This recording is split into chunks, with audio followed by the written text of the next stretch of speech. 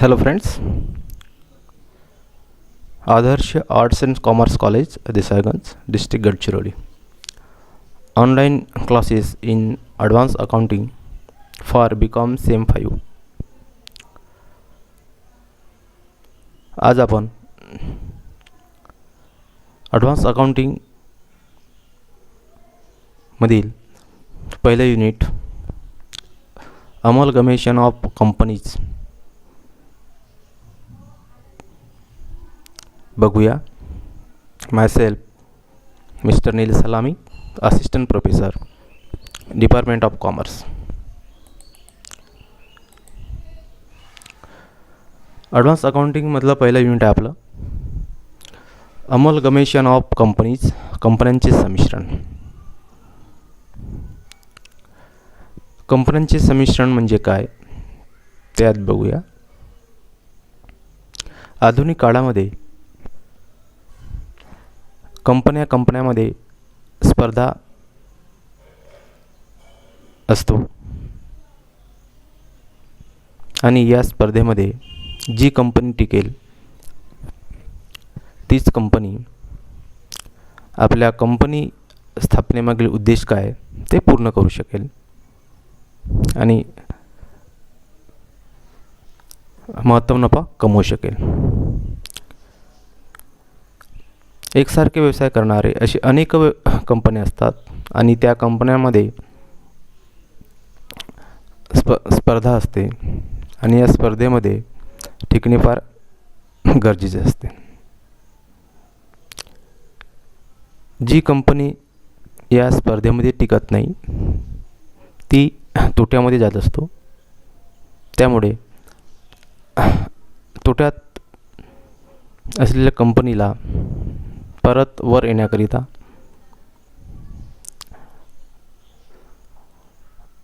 खूप कसरत करावी लागतो. अशा वेळेस अनेक कंपन्या एकसारखे व्यवसाय करणारे एकत्रित येत असतात आणि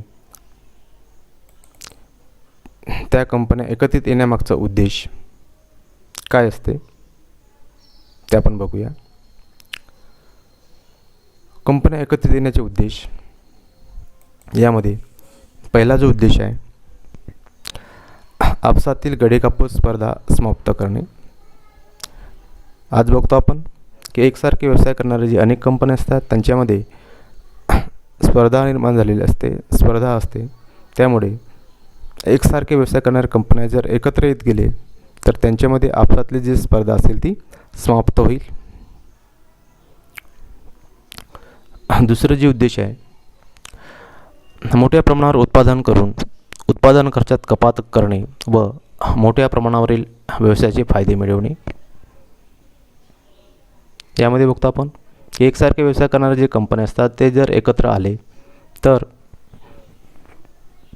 एकत्र आल्यामुळे मोठ्या प्रमाणात ते उत्पादन करू शकतील आणि उत्पादनासाठी लागणारा जो खर्च असेल तो खर्च त्यांना कमी लागेल. त्यामुळे ते मोठ्या प्रमाणावरील व्यवसायाचे फायदा मिळवू शकतील. तिसरं जे उद्देश आहे मोठ्या प्रमाणावरील उत्पादनासाठी आवश्यक असलेल्या भांडवलाची गरज पूर्ण करणे. जर एकसारखे व्यवसाय करणारे जर कंपन्या एकत्र जर आले तर त्यांना मोठ्या प्रमाणात उत्पादन करण्यासाठी जे आवश्यक असलेले भांडवल जे असेल ती भांडवलाची गरज त्यांची ते पूर्ण होईल.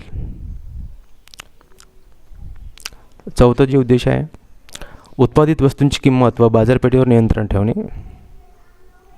जर एकसारखे व्यवसाय करणाऱ्या कंपन्या जर एकत्रित आले तर त्यांचं जे स्पर्धा जी असेल ती स्पर्धा कमी होईल. त्यामुळे ते कंपन्या ज्या वस्तूंचे उत्पादन करतात त्यांच्या किमतीवर आणि बाजारपेठेवर त्यांचं नियंत्रण असेल. पाचवं जे आहे मोठ्या प्रमाणावर भांडवल एकत्रित आणून संशोधन खर्च, तज्ज्ञांचा सेवा उपलब्ध करून घेणे, मोठ्या प्रमाणावरील जाहिरात आणि अत्याधुनिक तंत्र व यंत्रसामुग्रीचा वापर करणे. जर असे एकसारखे व्यवसाय करणारे 2 किंवा 2पेक्षा जास्त कंपन्या जर एकत्र आले तर साहजिकच आहे की त्यांचं एकत्र आल्यामुळे भांडवल वाढेल. त्यामुळे त्यांच्या व्यवसायामध्ये संशोधन खर्च झालं, काही एक्सपर्ट लोक असतील तर त्यांची सेवा उपलब्ध करून त्यांची मदत लागेल. मोठ्या प्रमाणात ते जाहिरात करू शकतील आणि उत्पादन करण्याकरिता जे अत्याधुनिक तंत्र असेल किंवा यंत्रसामुग्री असेल त्याचा ते वापर करू शकतील.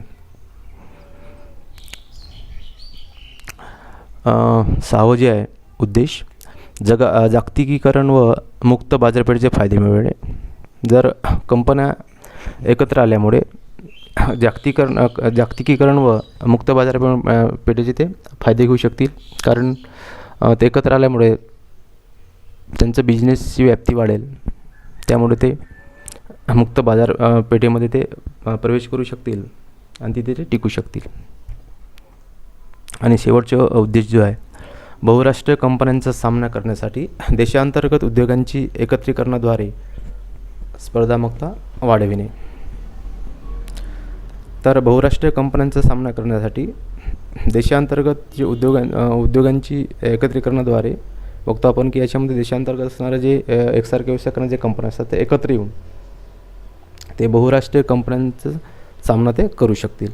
तर इत्यादी उद्देशाकरिता बघतो आपण की एकसारखे व्यवसाय करणारे जे लहान लहान व्यावसायिक असतात, कंपन्या असतात, तर ते एकत्र येत असतात आणि एकत्र येऊन ते एकतर त्यांचं संविलीन होत असतं किंवा त्यांचं संमिश्रण, म्हणजे एकत्र येऊन त्यांचा जो मार्ग आहे एकत्रीकरणाचा मार्ग, एकतर आहे अमलगमेशन आणि दुसरं जे आहे ॲब्झॉर्प्शन, म्हणजेच संमिश्रण आणि संविलीन. तर एकसारखे व्यवसाय करणाऱ्या कंपन्या एकत्रित आले तर त्या कंपन्यांच्या एकत्रीकरणाचे मार्ग जे असेल तर ते आहे अमलगमेशन आणि दुसरं जे आहे ॲब्झॉर्प्शन. तर आज आपल्याला इथे पहिला जो मार्ग जो आहे अमलगमेशन म्हणजे काय ते अभ्यासाचं आहे. आणि आपल्याला दुसऱ्या मिनिटमध्ये दुसरा जो मार्ग आहे ॲब्झॉर्प्शन, संविलीन म्हणजे काय ते आपल्याला अभ्यासाचं आहे. दोघांमध्ये त्यांचं दोन्ही मार्गामध्ये बघतो आपण की संमिश्रणामध्ये आणि संविलीनामध्ये त्या कंपन्यांचं जे जमा खर्च असेल ते सारखे आहेत. तर आज आपण अमलगमेशन, पहिला जो मार्ग आहे एकत्रीकरणाचा, अमलगमेशन म्हणजे काय ते बघूया. संमिश्रणाची व्याख्या, डेफिनेशन ऑफ अमलगमेशन. एकाच प्रकारच्या व्यवसाय करणाऱ्या 2 किंवा त्यापेक्षा जास्त कंपन्या आपल्या व्यवसायाचे निस्तारण, लिक्विडेशन करून तो व्यवसाय खरेदी करण्यासाठी एका नवीन कंपनीची स्थापना करतात, तेव्हा त्याला संमिश्रण असे म्हणतात. When 2 or more companies carrying on similar business go into liquidation and a new company is formed to take over their business, it is called amalgamation. तर बघतो आपण की या व्याख्येनुसार संमिश्रणाची की एकाच प्रकारचा व्यवसाय करणाऱ्या 2 किंवा त्यापेक्षा जास्त कंपन्या असतील, ते कंपन्या एकत्र येतात आणि आपल्या व्यवसायाचे ते निस्तारण करून घेतात आणि आपल्या व्यवसायाचा व्यवसाय खरेदी करण्याकरिता ते एक नवीन कंपनीची स्थापना करतात. त्यालाच आपण संमिश्रण असे म्हणूया. म्हणजेच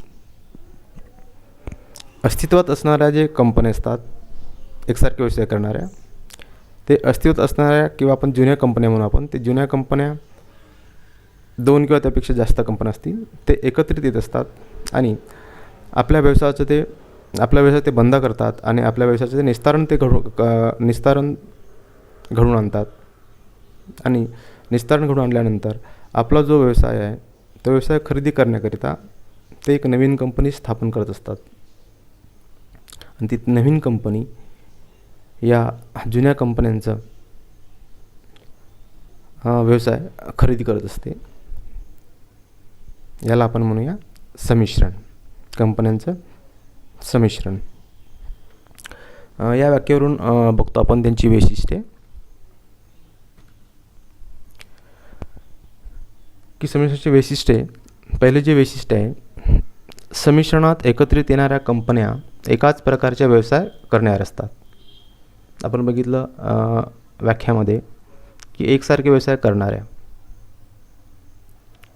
2 किंवा 2पेक्षा जास्त कंपन्या. त्यामुळे पहिलं जे वैशिष्ट्य आहे की संमिश्रण घडवून आणायचं असेल तर एकत्रित येणाऱ्या जे कंपन्या असतील त्या कंपन्या एकसारखे व्यवसाय करणाऱ्या असायला पाहिजे. दुसरं जे वैशिष्ट्य आहे, एकत्रित होणाऱ्या कंपन्यांना आपला चालू व्यवसाय बंद करून त्यांचे निस्तारण घडवून आणावे लागते. जे कंपन्या एकसारखे व्यवसाय करणाऱ्या आहेत ते कंपन्या एकत्रित होणाऱ्या म्हणजे एकत्रित येत असतील तर प्रथम एकत्रित येणाऱ्या जे कंपन्या असतील त्यांना त्यांचा व्यवसाय तो बंद करून घ्यावा लागेल आणि बंद करून त्यांना निस्तारण घडवून आणावं लागेल. तिसरं जे वैशिष्ट्य आहे, नव्याने स्थापन केलेली कंपनी निस्तारण होत असलेल्या कंपन्यांचे व्यवसाय खरेदी करेल आणि जी नवीन कंपनी स्थापन केलेली असते ती नवीन कंपनी काय करेल की ज्या कंपन्यांचं निस्तारण झालेलं आहे त्या कंपन्यांचं ते व्यवसाय खरेदी करेल. आणि शेवटचं जे वैशिष्ट्य आहे, निस्तारण होत असलेल्या कंपन्यांचे भागधारक व संचालक एका नवीन कंपनीची स्थापना करतात. तर बघतो आपण इथे की ज्या कंपन्यांचं निस्तारण होत आहे त्या कंपन्यांचे जे भागधारक असतात किंवा जे संचालक असतात त्या कंपन्यांचे भागधारक आणि संचालक एक नवीन कंपनीची स्थापना करीत असतात. तर अशा पद्धतीने आपण आज व्हॉट इज अमलगमेशन, संमिश्रण म्हणजे काय ते आज आपण बघितलं.